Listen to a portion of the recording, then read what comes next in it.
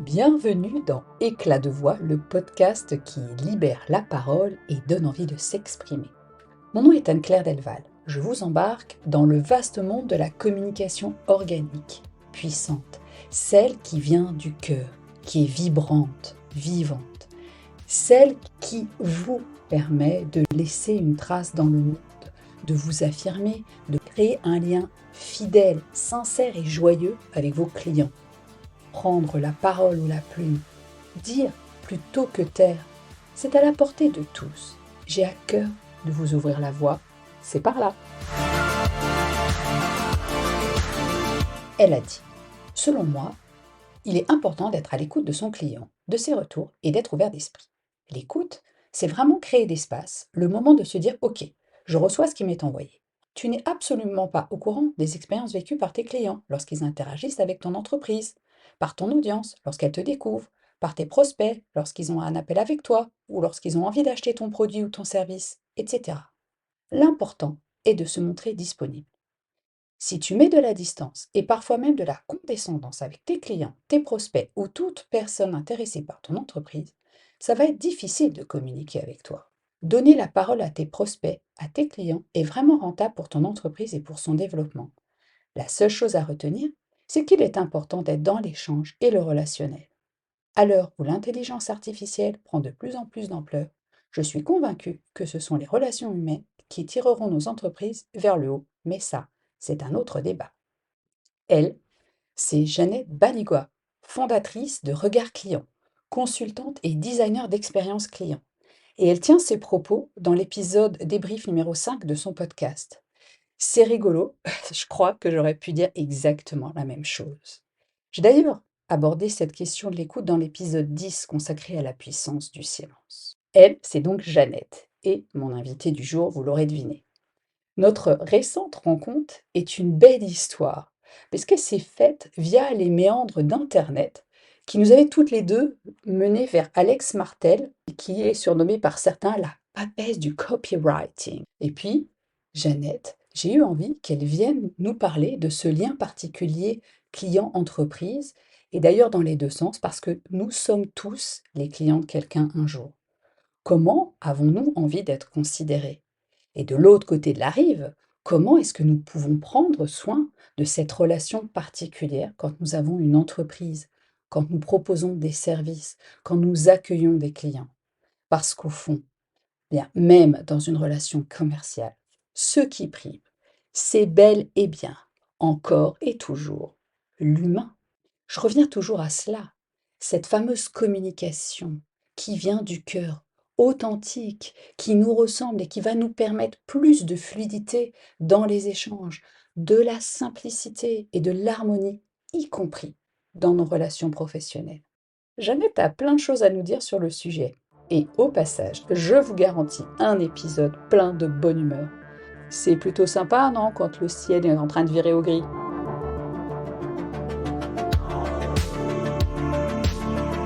Bonjour Jeannette.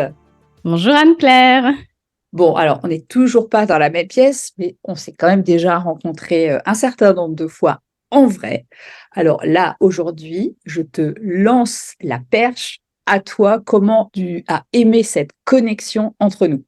Alors déjà, c'était inattendu parce que j'étais dans un Discord avec beaucoup de Canadiens, je sais pas, beaucoup de Canadiens et de Français et pas beaucoup de Belges d'ailleurs parce que moi je suis du côté de la Belgique. Et en fait, j'ai pour habitude que quand quelqu'un est belge ou luxembourgeois ou habite au Luxembourg, se présente dans un Discord ou dans une communauté où je suis, j'ai toujours pour habitude d'aller saluer et de dire coucou. Comment ça Oui, va? On n'est pas loin, on se serait bien qu'on se connecte. Donc, je pense que c'est comme ça qu'on a fait connaissance. exactement. Première manière d'entrer en lien avec les autres, s'y intéresser et être curieux. Et d'ailleurs, quand je me suis promenée sur ton site pour préparer cet entretien, la première chose qui m'a sauté aux yeux, c'est ton super pouvoir. Alors, est-ce que tu peux nous en parler et en quoi ce super pouvoir facilite aussi ce lien vers l'autre? Alors, oui, mon super pouvoir, je dis toujours que c'est l'empathie. Donc, l'empathie, c'est le fait de pouvoir se mettre à la place de quelqu'un d'autre et de comprendre ce qui se passe de son côté. On peut ensuite être d'accord, pas d'accord, mais le plus important, c'est de comprendre en fait l'opinion ou tout simplement les sensations, les émotions de la personne en face. Comment j'utilise ça dans mon entreprise ou avec les autres? C'est en fait, je veux dire, le cœur de mon métier. Mon entreprise s'appelle Regard Client et moi, mes clients, je leur apporte vraiment le regard de leurs clients, c'est-à-dire que je vais me mettre dans la peau de leur clientèle pour les challenger un peu et voir si ce qu'ils ont mis en place correspond effectivement aux attentes du client. Ça peut être, par exemple, si à un moment donné, la personne me dit: «Oui, mais ici, est-ce que c'est assez clair pour le client?» En fait, moi, je vais me mettre dans la place de quelqu'un d'autre, donc du client ou de la personne qui découvre, je sais pas moi, un site, une page de vente, n'importe quoi et je vais regarder, je vais dire: «Ben, en fait, non, je ne comprends pas du tout ce que ça veut dire là» ou «C'est trop technique» ou «Je suis désolée, mais tu m'as perdu quand tu as commencé à dire, ceci ou cela». C'est vraiment se mettre à la place de l'interlocuteur et de se dire: «Est-ce que je suis assez compréhensible?» Ça, effectivement, c'est un super pouvoir et je dirais que c'est intéressant parce que justement, dans la relation client, il y a aussi cette mise en connexion, orale, enfin, du discours et l'empathie, c'est pareil, ça s'utilise aussi dans le discours. Est-ce que l'autre reçoit bien mon message? Est-ce que si je me mets à sa place, sincèrement, si on tourne un petit peu la caméra, est-ce que finalement lui ou elle, entend, comprend ce que je dis? Parce qu'il n'a pas forcément, on en a déjà parlé dans certains épisodes et ne serait-ce qu'avec, récemment avec Laurence Anne, on n'a pas tous les mêmes personnalités, on n'a pas tous les mêmes façons de fonctionner. Donc, ce que tu dis pour ton client et celui qui crée l'offre du client, bah, finalement, c'est la même chose dans une relation humaine. Exactement et en fait, ça permet aussi de désamorcer des problèmes, j'ai envie de dire, ou de prendre les choses trop à cœur. Mais vraiment, je dis souvent, un client qui est en colère ou qui est déçu, en fait, c'est juste une personne qui a quelque chose à dire et qui veut qu'on l'entende. Donc en termes de relation client ou d'expérience client, quand quelqu'un vient, par exemple, se plaindre ou quelqu'un est déçu de votre produit ou de votre offre, en fait, la première chose que je dis, c'est: «Mettez de côté votre ego, essayez de comprendre ce que raconte l'autre personne. Est-ce que c'est possible? C'est pas possible? Est-ce que c'est envisageable que la personne n'a pas bien compris ou que sa situation soit une vraie situation réelle?» Et en l'occurrence, c'est une vraie situation vu qu'elle l'exprime. Donc à partir de ce moment-là, si on met de côté son ego, on est capable de résoudre cette problématique et en fait, le client, du coup, va être plus content et va avoir une expérience client qui va se finir de façon plus positive et qui va devenir un client fidèle et un client qui va avoir une voix aussi plus amplifiée et qui va aller raconter cette mauvaise expérience qui est devenue une très bonne expérience à beaucoup plus de monde qu'à un simple client satisfait. Donc voilà l'importance en fait de l'empathie en business. Excellent, merci à toi pour toute cette, mise en bouche. Alors, on va dire que ce qui nous rassemble toutes les 2, c'est aussi cette vraie appétence qu'on a pour la curiosité et la créativité. Alors, on peut dire que c'est aussi 2 super pouvoirs et comment est-ce qu'on peut les amener dans notre relation à l'autre et puis évidemment, bah, dans ce domaine d'expertise que tu as, dans la relation client? Alors ici, ça va être le fait de se dire que le client a des modes de consommation qui changent. En fait, même quand on n'a pas envie de changer soi-même, quand on n'a pas envie de changer son entreprise, sa façon de fonctionner, l'environnement extérieur change. Le client, ses besoins changent. La technologie autour des consommations, des moyens de consommation, même de communication change. Mais dans ce cas-là, si on continue à faire la même chose, le client va s'ennuyer ou le prospect et en fait, il va simplement aller voir ailleurs. Donc, du coup, quel est le rôle de la créativité et de la curiosité en entreprise? C'est tout simplement de se dire, OK, voilà ce que je fais actuellement. Qu'est-ce que je peux créer de nouveau, par exemple, pour la clientèle que j'ai déjà? Parce que la clientèle qu'on a déjà, qui a déjà acheté chez soi, c'est une clientèle qu'on a tendance à oublier. Je ne sais pas pourquoi, alors que c'est une clientèle qui nous a déjà fait confiance une fois et en fait qui est prête à racheter une deuxième fois. Et surtout, ça prend moins d'énergie et moins de ressources financières, etc., à convaincre une personne qui a déjà acheté chez nous qu'une nouvelle personne allait courir, faire la pub, etc., pour la convaincre de devenir cliente, en fait. Dans cette perspective-là, c'est beaucoup plus intéressant de commencer à être plus créatif, à se dire qu'est-ce que je peux créer de nouveau pour cette clientèle qui est déjà là, qu'est-ce que je peux imaginer de nouveau, etc. Et aussi, donc, ça va amener de l'innovation. Donc, l'innovation, c'est vraiment la rencontre entre la créativité et la curiosité. Parce que la curiosité, si vous allez voir un peu ce qui se passe dans d'autres secteurs, tout simplement, pas besoin de réinventer la roue et de vous l'approprier, de le ramener dans votre propre secteur d'activité, vous allez voir, ça fait des merveilles. Merci pour ces tips. La fidélisation, c'est ça en réalité dont tu parles, le fait de créer du lien qui va se construire et se solidifier finalement au fil du temps, qui est aussi important que d'aller encore et encore trouver d'autres personnes qui vont remplir le flot de clients, évidemment. Un exemple qui doit être vécu par plein de gens, mais auquel on ne pense pas. Je suis fidèle à Luxembourg à une marque de vêtements pour deux raisons. D'abord parce qu'elle est bonne et de bonne qualité, avec un ratio qualité-prix correct, mais surtout et avant tout, parce que le lien humain qui existe dans cette boutique, pour moi, est tellement précieux que je ne peux pas aller ailleurs sans me dire, oh là là, je leur fais une infidélité. Oui, c'est ça, c'est la force en fait de créer du lien avec son client, avec ses prospects, avec son audience. C'est que ça va faire que vous devenez le numéro 1 dans la tête de cette personne-là et qu'elle ne va pas aller voir ailleurs, même si vous augmentez les prix, même si vous changez quelque chose de très important dans vos processus de livraison, ici par exemple de boutique. Si un jour la boutique elle change ou qu'elle déménage, je suis sûre que tu vas suivre la boutique, tu vois. Ça s'est déjà produit, effectivement. Elle a changé complètement de design et pourtant, je suis restée, même si je suis. Et d'ailleurs, les vendeuses comme moi n'étaient pas très adeptes du nouveau look, mais en tous les cas, effectivement, je suis restée parce que c'était le contact le plus important pour moi, au-delà de tellement d'autres choses et d'autres considérations. Oui, c'est ça, c'est vraiment le lien humain, c'est le relationnel avant tout. Alors, j'adore justement ton expression designer d'expérience client. Ça me plaît à fond. Et pour tous ceux qui ne te connaissent pas, je les invite à aller écouter ton podcast qui s'appelle de manière très originale Regard client, le podcast. Et aussi te suivre sur Instagram parce que tu délivres beaucoup de contenu, de petites stories, de live, de reels qui sont vraiment intéressants pour découvrir ton énergie enthousiaste et surtout joyeuse que tu mets derrière ces mots de designer d'expérience client. Alors la joie, est-ce que c'est un ingrédient magique et infaillible pour une expérience cliente réussie? Bien évidemment, parce que la joie, c'est une émotion agréable et qui a l'avantage de se communiquer très facilement. C'est-à-dire que quand on est joyeux, en fait, on va avoir besoin de partager notre joie, de montrer qu'on est content et du coup, on embarque plus facilement l'audience ou les personnes qui nous regardent. Et donc, en fait, la joie, oui, est l'une des émotions les plus faciles à travailler quand on fait un parcours client et qu'on veut amener de la joie pour son client par-ci, par-là.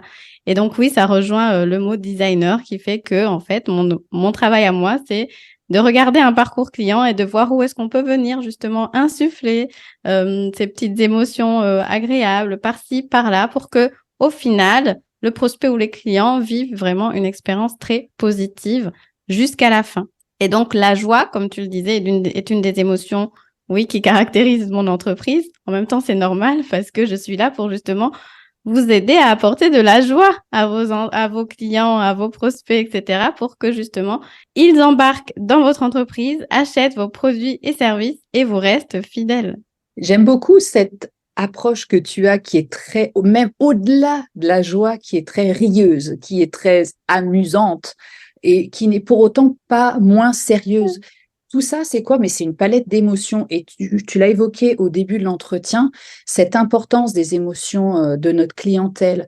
Est-ce que, et j'imagine que oui, elle guide forcément les décisions d'achat. Est-ce que toi, tu as une idée de comment est-ce qu'on peut les encourager en orientant la communication pour aller dans le sens de justement plus de joie, de gaieté, de légèreté, tout en restant malgré tout sérieux, mais en tout cas accessible en fait.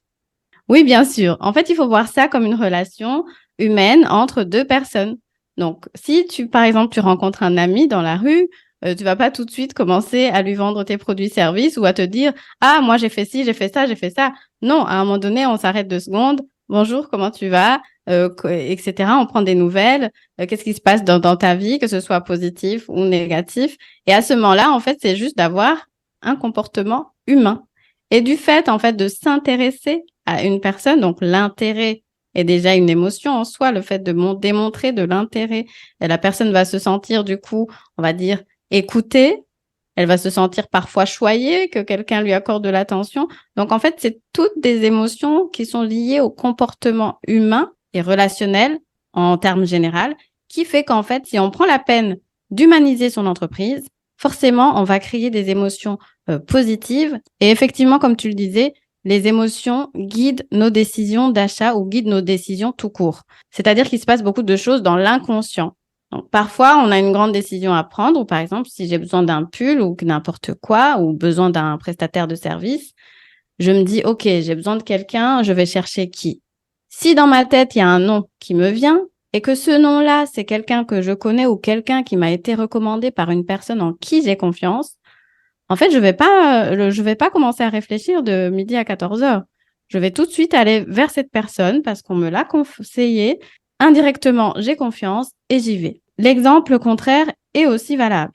Si au contraire, j'ai un ami qui fait cette prestation de service, mais qu'en fait, j'ai pas du tout confiance, parce qu'en fait, je sais qu'il ne travaille pas de façon, on va dire, très correcte, etc.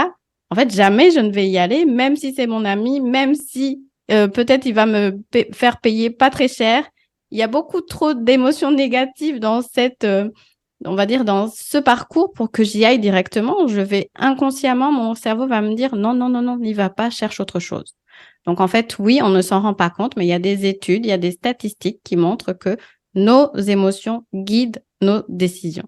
Et là, tu viens de mettre le point sur quelque chose de particulièrement intéressant et dont je parle très souvent, évidemment pour la communication, mais ça s'applique aussi, et tu viens bien de le décrire, pour les services ou ce qu'on fait, c'est d'être congruent, aligné, faire ce que je dis et dire ce que je fais et ne pas donner trop ou faire semblant parce qu'à un moment, ça va se retourner contre soi. Ne pas tout en rajouter ou bien oser lancer des services alors qu'on n'a pas la formation suffisante. Très rapidement, les gens vont capter qu'il y a quelque chose qui manque et là, ben, on se tire une balle dans le pied. Exactement. Et aussi, il faut se dire que même si on prétend faire quelque chose ou être quelque chose qu'on n'est pas, mais en fait, à un moment donné, ça va se ressentir. C'est même pas que les gens vont avoir la preuve que vous êtes un imposteur. Ils vont sentir qu'il y a anguille sous roche. Et à ce moment-là, c'est mal barré. Parce que je dis toujours, dès qu'il y a des doutes, dès qu'un prospect, un client se pose des questions, c'est mal barré. C'est à ce moment-là qu'il faut être là pour rectifier tout de suite. Et ce n'est pas toujours possible d'être présent à ce moment-là, par exemple. Et il faut rectifier. Et c'est le travail, justement, de l'entreprise, peu importe le format, que ce soit en digital ou non, de rassurer, en fait, le client ou le prospect sur la légitimité des produits et services et de la qualité du travail qu'on fournit. Tu as raison.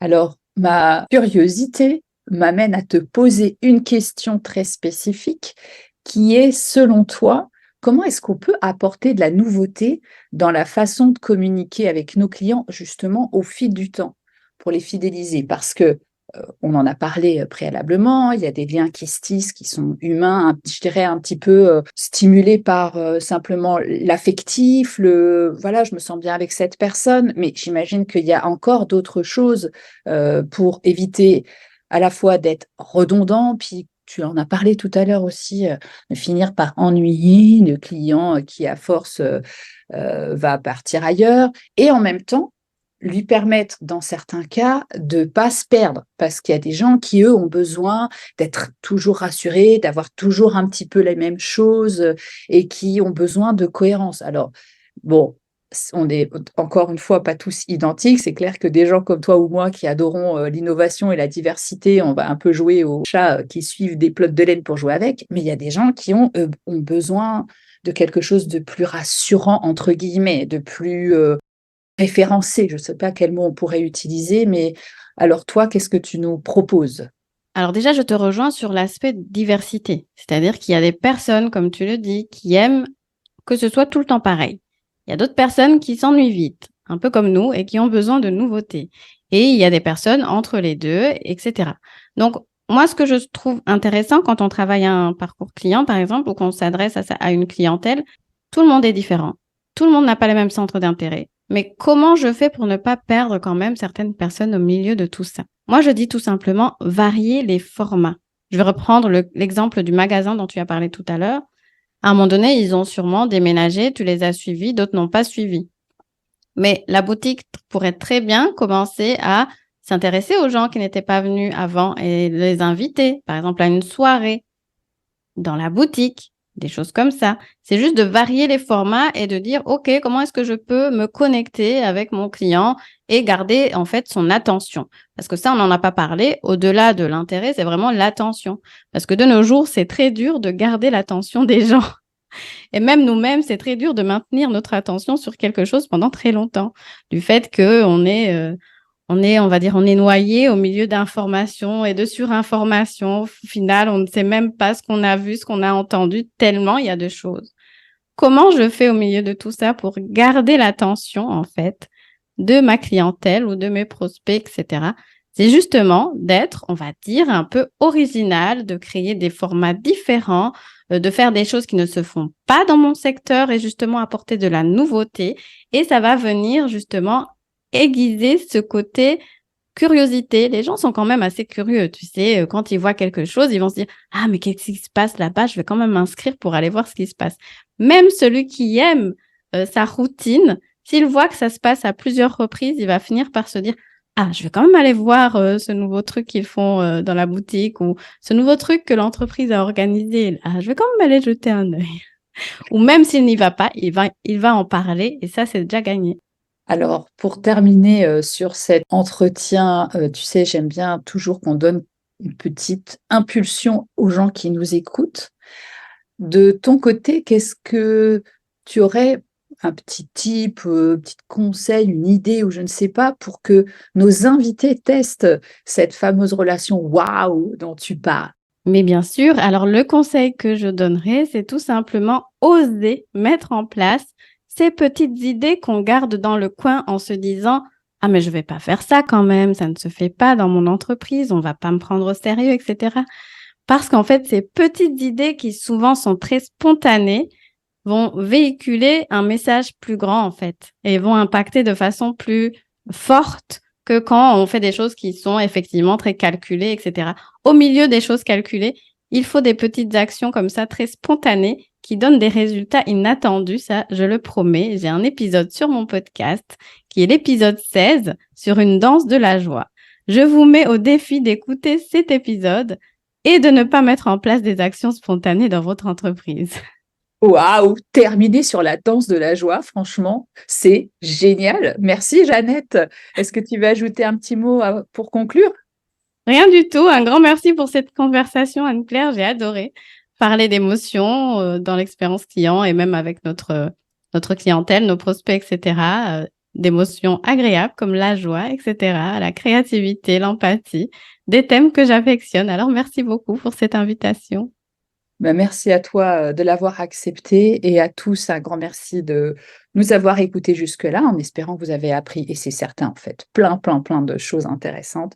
Et pour la suite du programme, eh ben, rendez-vous sur Instagram, LinkedIn, Facebook, sur anneclairedelval.com et puis aussi, n'hésitez pas à partager, à diffuser, à relayer le podcast parce que vous le savez, c'est important pour nous, Jeannette, tu le sais aussi comme moi, d'obtenir des bons résultats, des audiences. Ça nous permet de toucher plus de gens et puis peut-être un jour de créer des partenariats avec d'autres et puis de grandir et de diffuser nos savoirs et d'en faire profiter un maximum. Donc, Merci à tous et à très très vite.